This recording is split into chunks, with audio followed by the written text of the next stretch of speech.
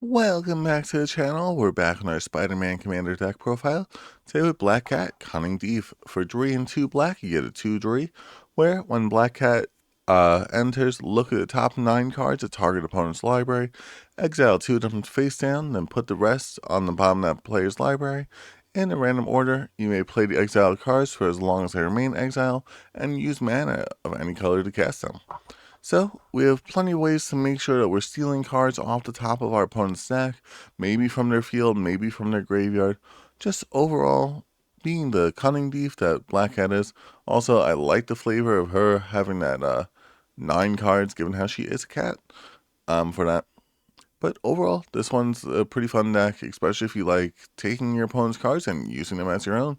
The deck itself very much relies on what the rest of the table is playing, because your deck's only as good as the deck across from you, because that's your deck now. But overall, that's the general overview of the deck. Let's get into it card by card. Starting us off, we have Arcane Signet. Black Cat is 5 mana to cost. We want to make sure the mana to cast it. Balsa Citadel, in order to make sure we cast some stuff off the top of our deck. This way we don't have to use the mana to cast our own stuff. We could save that mana for when we're trying to cast our opponent's stuff. Brotherhood Regalia, in order to make sure that our creatures are unblockable. A lot of them do the shielding when they deal damage to our opponent, so we want to make sure we could deal the damage. I feel like it would be pretty cool if Black Cat's ability is like when she deals damage to an opponent, but also has a 2/3 at 5 drop. You're probably not going to get that too often, but still, nice to see this so that we could get our other abilities off. Commander's Plate, some protection there for Black Cat or other creatures that need to stay on the battlefield when we steal our opponent's stuff. Sometimes it also helps us out to put on one of our opponent's things that we stole. Dream Thief's Bandit, no, Bandana. Whenever a equipped creature deals combat damage to a player, look at the top card of that player's library, then exile it face down for as long as it remains exiled, play it with mana of any type. We're stealing more cards from our opponent's decks, helps us that we were able to make an unblockable with Brotherhood Regalia, so they could deal that damage, get that effect. Felwar Stone for some additional mana. Some of the cards don't always say you can use mana of any type, so by getting the type of mana our opponents have, that doesn't matter. Helm of Awakening. Spells cost 1 less to cast. We're casting stuff off the top of our opponent's library. A little bit of cost reduction could help out there. Jet Medallion for some more cost reduction for our own stuff. Unless our opponent's also playing black, then it helps reduce that as well. Lightning Grease for some extra protection and some haste, so that our creatures that do need to deal damage in order to steal stuff can do it right away. Mind Stone for some additional mana. Soul Ring for some additional mana. Staff of Eden, Vault's Key. When this enters battlefield, target legendary permanent not named as card is put from a graveyard onto the battlefield under your control. Okay. Onto the battlefield from a graveyard. So you're stealing stuff from your opponent's graveyard. This way you put it onto your battlefield. Maybe they left their, I'm trying to think of what good legendary creatures. Sheoldred. There you go. And then you steal more stuff from their graveyard later on. Draw a card for each permanent you control but don't own. That's also a lot of draw power at a certain point. And I mean a lot, because we're playing mostly not our own cards. Swiftfoot Boots for added layer protection, along with some haste. Tempting Contract. At the beginning of your upkeep, each opponent may create a treasure token. For each opponent who does, you also get a treasure token. This allows us a little bit of ramp so that we can make sure we have the mana to cast our opponent's stuff. Some of the things say you can only cast that card this turn, so we want to make sure we have it then and there. Thieves' Tools. Equipped creature can't be blocked as long as it's power 3 or less, which Black Cat has just that. And also get a treasure token when this enters the battlefield. Wayfarer's Bottle for some additional mana. Whisper Silk Cloak, another way to make our creatures unblockable with that shroud. Well, mostly unblockable. Can't be blocked. I thought I was thinking of Shadow for a second. And Wishclaw Talisman, in order to have everyone search out their best thing from their deck. This way you can then steal it later. Then for our creatures, Arvinox, the Mind Flail.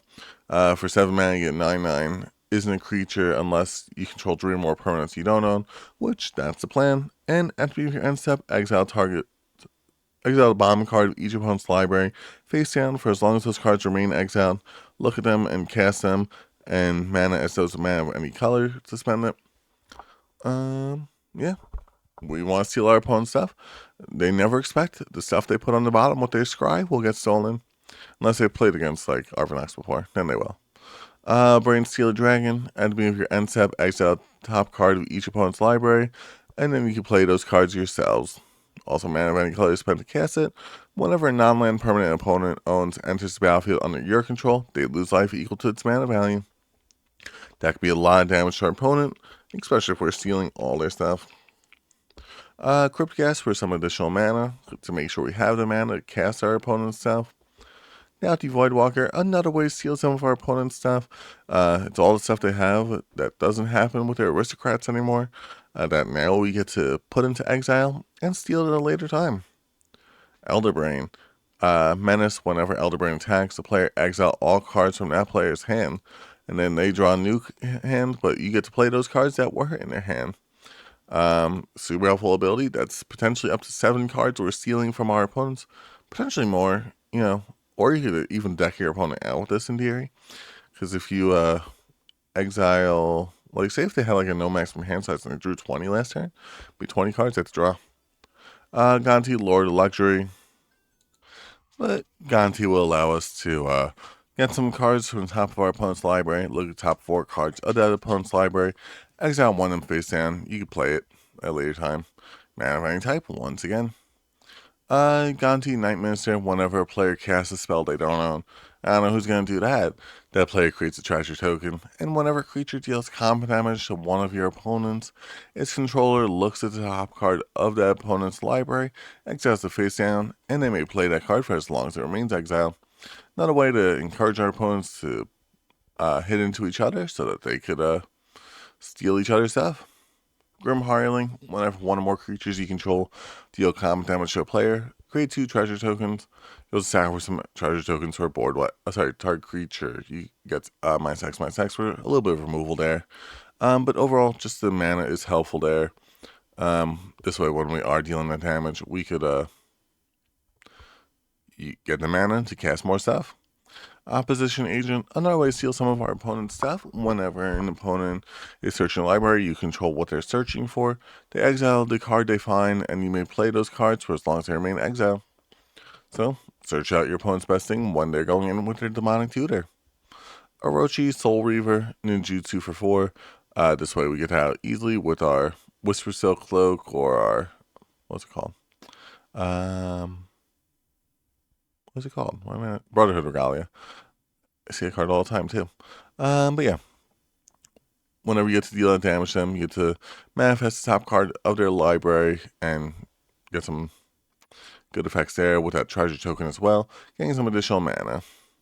Rev, Tide Distractor. Whenever you attack, target creature gains death touch till end of turn. They're not going to tend to want to block that. And whenever one or more creatures you control deal combat damage to a player, create a treasure token, look at the top card of that player's library, exile face down, may cast it for as long as it remains exiled. This is our first one where we can't use mana of any color in order to cast it, so just make sure you have those treasure tokens on hand to do that. Thieving Amalgam, at the beginning of each opponent's upkeep, that you manifest the top card of that player's library. Say goodbye to their tutors. Whenever a creature you control but don't own dies, its controller loses 2 life, you gain 2 life. These are some high-costed spells, but overall, manifesting some cards from your opponent's deck comes in handy for us.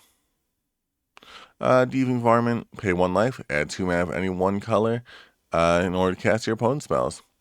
I mean, that just really comes in handy for this deck in order to really steal our opponent's stuff without a lot of extra mana that we're going to need. Tiny Bones, the Pickpocket, deals combat damage to a player.